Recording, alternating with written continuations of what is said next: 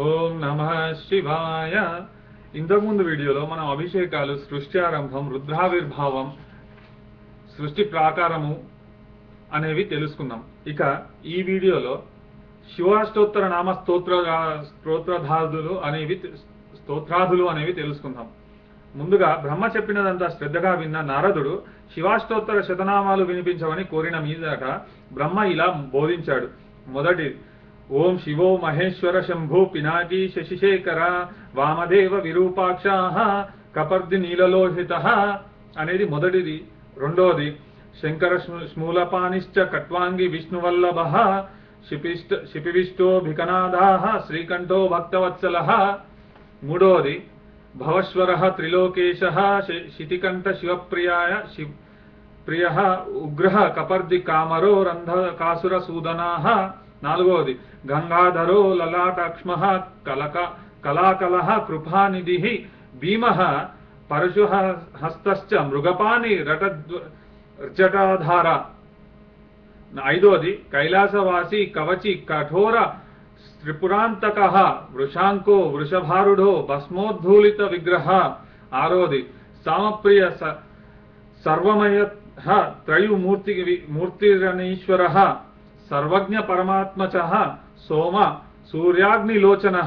ఏడవది హవిర్జ్వయమయ సోమ పంచవక్త్ర సదాశివ విశ్వేశ్వరో వీరభద్రో గణనాథ ప్రజాపతి. ఎనిమిదవది హిరణ్యరేత దుర్ధర్దోషి గిరీశో నగ భుజంగభూషణతో భర్గోర్గిరి ధన్వా గిరిప్రియ.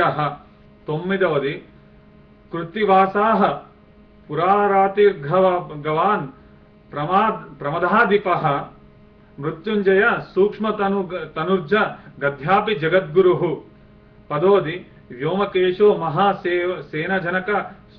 సేనజనకాశ్చర్య విక్రమ రుద్రో భూతపతి స్థానుర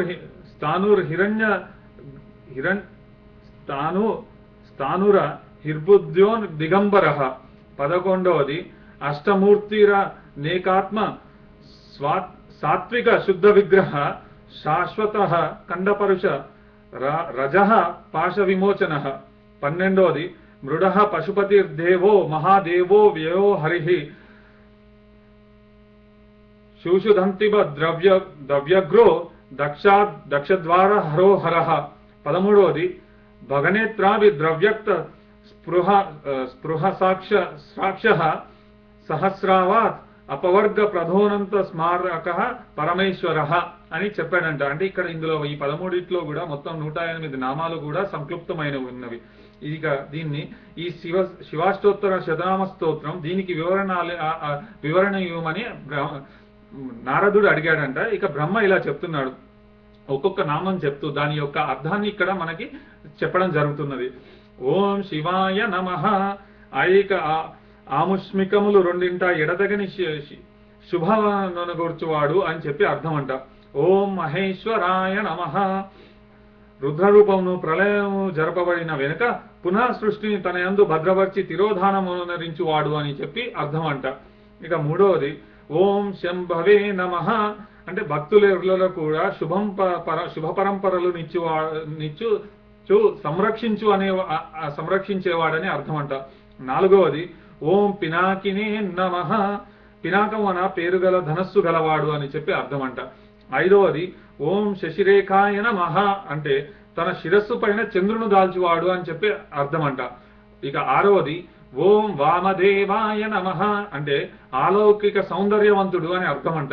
ఇక ఏడవది ఓం విరూపాక్షాయ నమః. అంటే విశేష త్రినేత్రములు గలవాడు అని అర్థం అంట. ఎనిమిది ఓం కపర్దినే నమః. అంటే అందమైన జటాజుటము గలవాడు అని అర్థం.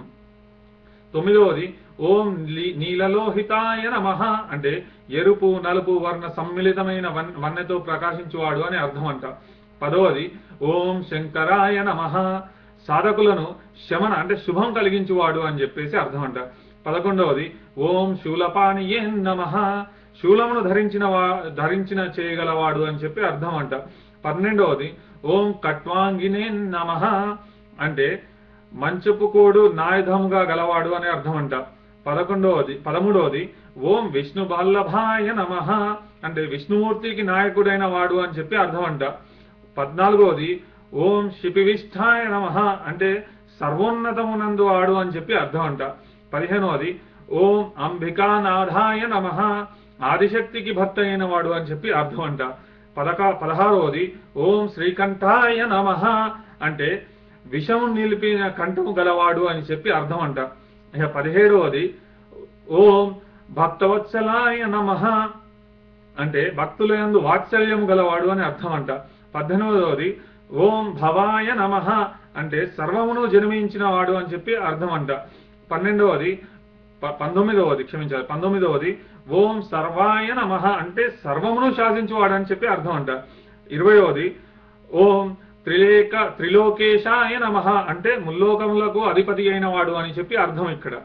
21వది ఓం శితికంఠాయ నమః అంటే నల్ల రంగు గల కంఠం గలవాడు అని చెప్పి అర్థం. 22వది ఓం శివప్రియాయ నమః అంటే పార్వతీదేవికి ప్రియమైన వాడు అనే అర్థం.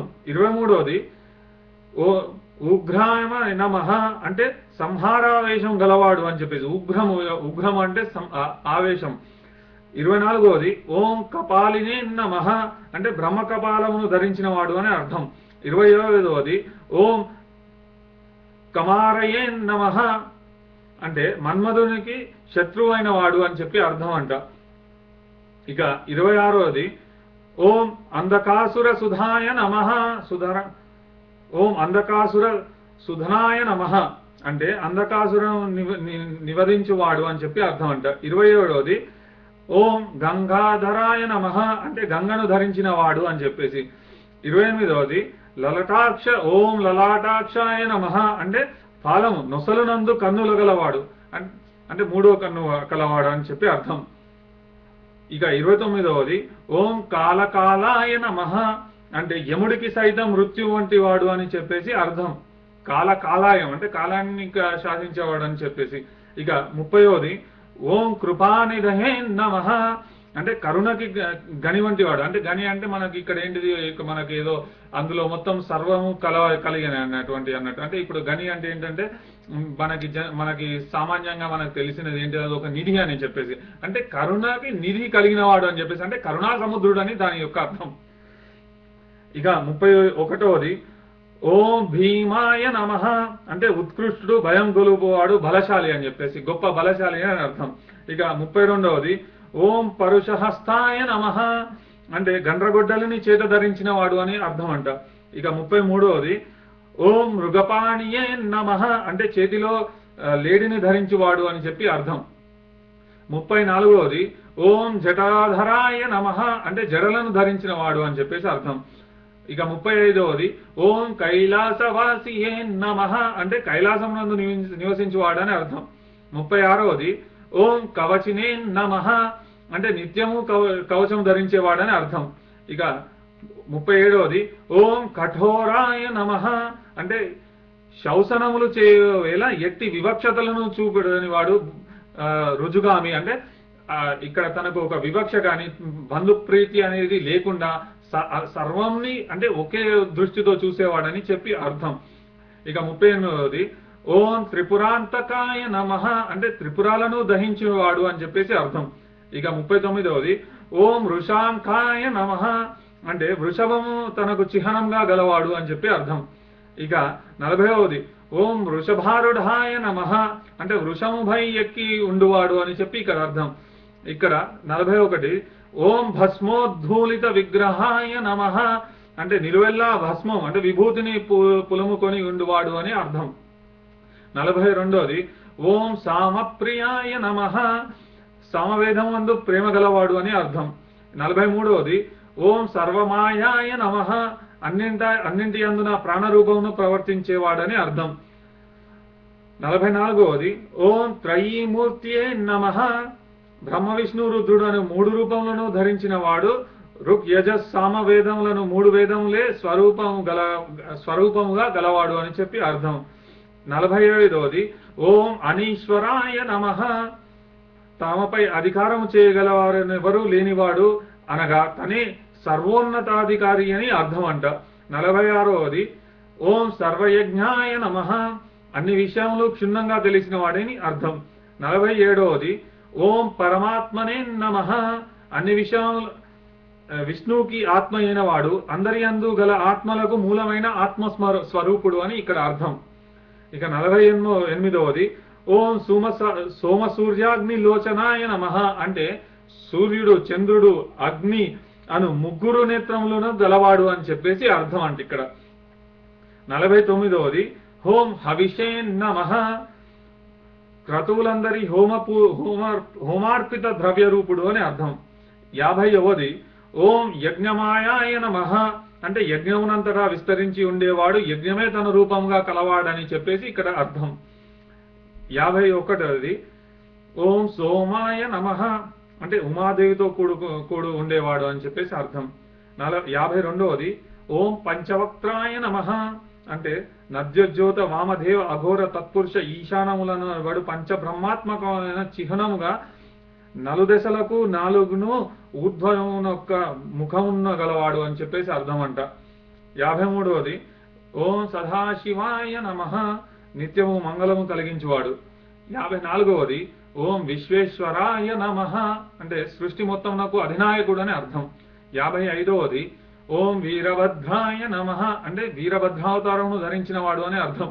56వది ఓం గణనాథాయ నమః, అన్ని ప్రమదగణాలకు నాయకుడు, విఘ్నేశ్వర రూపం కూడా తనేనని ప్రవర్తిల్లువాడు అని చెప్పేసి అర్థం అన్నట్టు. ఇక 56వది ఓం ప్రజాపతయే నమః,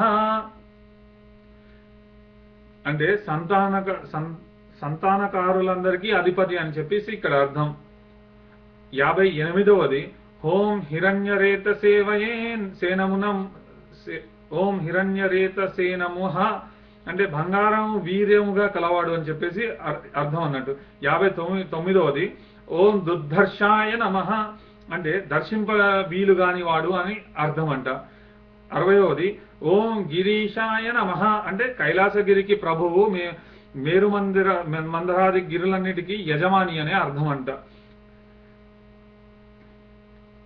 61వది ఓం గిరీశాయ నమః, అంటే మళ్ళా కొండ మీద శయించువాడు అని చెప్పేసి అర్థం అంట. 62వది ఓం అనుఘాయ నమః, అంటే పాపము లేనివాడు అని చెప్పేసి, అంటే పాపపుణ్యములకు అతీతుడు అని చెప్పేసి ఇక్కడ అర్థం అన్నట్టు. 63వది ఓం భుజంగభూషణాయ నమః, అంటే నాగాభరణములు గలవాడు అని చెప్పేసి అర్థం. 64వది ఓం భార్గవాయ నమః, భార్గవేయులకు ఆది పురుషుడైన వాడు లేదా ఆజ్ఞమును పోగొట్టువాడు అనే అర్థం అంట. 65వది ఓం ధన్వనే నమః, అంటే మేరు పర్వతమును ధనస్సుగా ధరించిన వాడు అని చెప్పేసి అర్థం అంట. ఇక 66వది ఓం గిరిప్రియాయ నమః, అంటే కొండలయందు ప్రేమ గలవాడు అని అర్థం. 67వది ఓం కృత్తివాసనే నమః, అంటే ఏనుగులతో వస్త్రముగా కప్పుకొనివాడు అని చెప్పేసి, ఏనుగుతోలు వస్త్రములుగా కప్పుకొనివాడు అని అర్థం. 68వది ఓం పురరాతాయ నమః, పురరాతయే నమః, అంటే త్రిపురములను హరించువాడు, శరీరములను హరించేవాడు అని అర్థం. ఇక 69వది ఓం భగవతే నమః, ఆధిపత్య ఐశ్వర్య వైరాగ్య నిత్యత్వాది భగషట్కమును కలవాడు అని అర్థం.